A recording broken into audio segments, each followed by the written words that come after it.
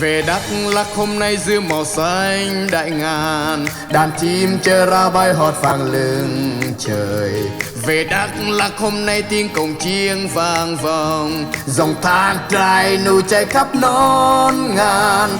Về Đắk Lắk hôm nay đến với buôn làng, về đây nghe tiếng khan âm vang bên nhà sàn.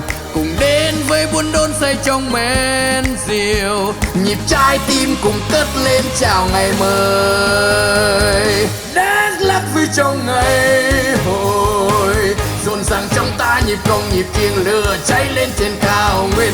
Đắk Lắk âm vang ngày mới, đường về cao nguyên nối liền biển xa cùng đáp say. Quê hương đẹp giàu, về Đắk Lắk là núi cao là biển dâu. Đắk Lắk khi mùa xuân về, bầu trời trong xanh bạt ngàn rừng hoa đẹp biết bao cô gái đến. Đắk Lắk thơm hương cà phê, dịu gần bên nhau trao lời thương lời nói yêu. Em người ơi, về Đắk Lắk là ngất ngây là rực cháy, là Đắk Lắk cùng Giang Sơn vượt chung khơi. Yeah, yeah, yeah, yeah.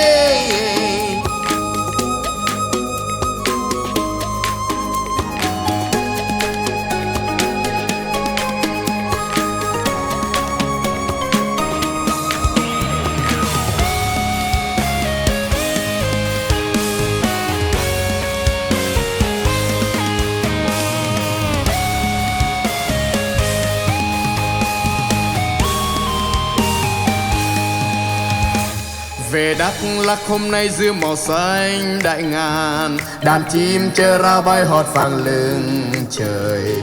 Về Đắk Lắk hôm nay tiếng cồng chiêng vang vọng, dòng thang trải nụ chạy khắp non ngàn. Về Đắk Lắk hôm nay đến với buôn làng, về đây nghe tiếng khan âm vang bên nhà sàn. Cùng đến với buôn đôn say trong men rượu, nhịp trái tim cùng cất lên chào ngày mới. Đắk Lắk vui trong ngày hội, rộn ràng trong ta nhịp công nhịp chiêng lửa cháy lên trên cao nguyên. Đắk Lắk âm vang ngày mới, đường về cao nguyên nối liền biển xa cùng đáp say. Quê hương đẹp giàu, về Đắk Lắk là núi cao là biển dâu.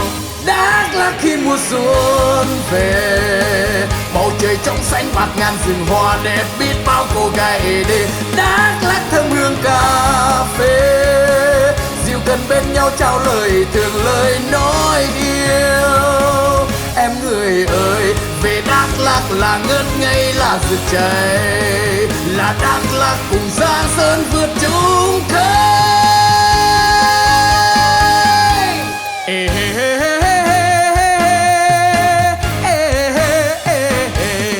Lửa tiền bập bùng cháy lên sức sống cho kỷ nguyên ngày mới, là một Đắk Lắk hôm nay vươn mình ra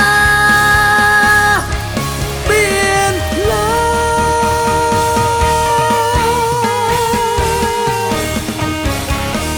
Về Đắk Lắk về với quê tôi, ngồi bên ly cà phê ban mê. Dù đi xa vẫn nhớ buôn làng, lòng bâng khuâng thầm nhớ về em.